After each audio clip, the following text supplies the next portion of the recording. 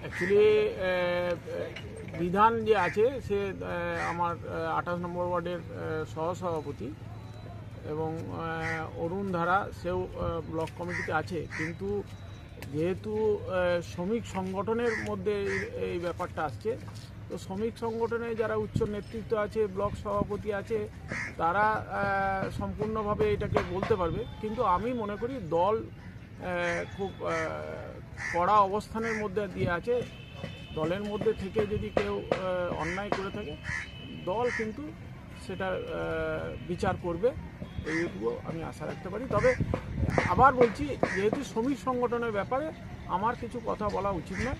শ্রমিক সংগঠনের যারা নেতৃবৃন্দ আছে তারা এই ব্যাপারে আপনাকে বলতে পারবে।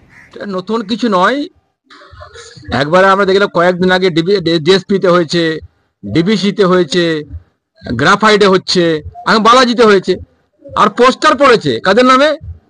দুর্নীতির বিরুদ্ধে সর্বাত্মক আন্দোলন নেমেছে কারা? তাদের একটা বড় গোষ্ঠী। আর সেই গোষ্ঠীর লোকেরা অপগোষ্ঠী বলছে বিরোধী চক্রান্ত, বিরোধীর সঙ্গে আছেন।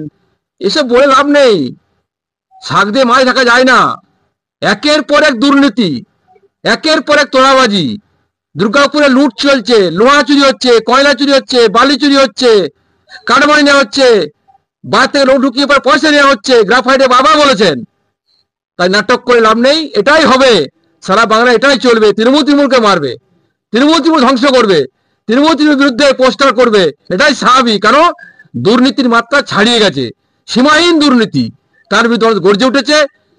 আগামী দিনে আরো বৃহত্তর হবে, লাঠালাঠি হবে, খুনোখুনি হবে, রক্তাক্তি হবে, বোম চলছে, গুলি চলছে, এটা আরো বৃদ্ধি হবে। আমরা ওয়েট করছি। মানুষ বুঝতে পেরেছেন যে ভুল জায়গায় পা ফেলেছি।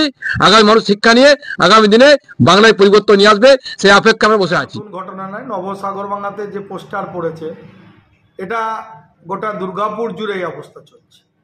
দুর্গাপুরের বিভিন্ন কলকারখানাগুলোতে সেখানকার শ্রমিকদের বঞ্চিত করে এক বহিরাগত শ্রমিকদের এনে ঢোকানো হচ্ছে ঝাড়খণ্ড, বিহার বা বাইরের থেকে। ঠিক একইভাবে তাদের ন্যূনতম সরকারি নির্ধারিত যে ওয়েজ অ্যাক্টের যে নির্ধারিত মূল্য, সেটাও তাদের দেওয়া হচ্ছে না। এবং এক শ্রেণীর তৃণমূলের নেতা এবং টিটিউসির নেতারা, তারা কোম্পানি বা মালিক পক্ষের সঙ্গে আঁতাত করে তারা এই মিনিমাম পেমেন্ট থেকে তাদের শ্রমিকদের বঞ্চিত করছে। স্বভাবতই এই ঘটনা নিয়ে আমরা চাইব অবিলম্বে এগুলো বন্ধ হোক। আর এই লড়াই হচ্ছে দু পক্ষের। যে পক্ষ মাল কামাতে পারছে না, তারা অপর পক্ষের নামে পোস্টার মারছে। আবার যখন তারা ক্ষমতায় আসছে, তখন তারা একইভাবে কোম্পানি বা প্রাইভেট মালিকদের কাছ থেকে একই পদ্ধতিতে শ্রমিকদের বঞ্চিত করে তারা তাদের অর্থ উপার্জন করে।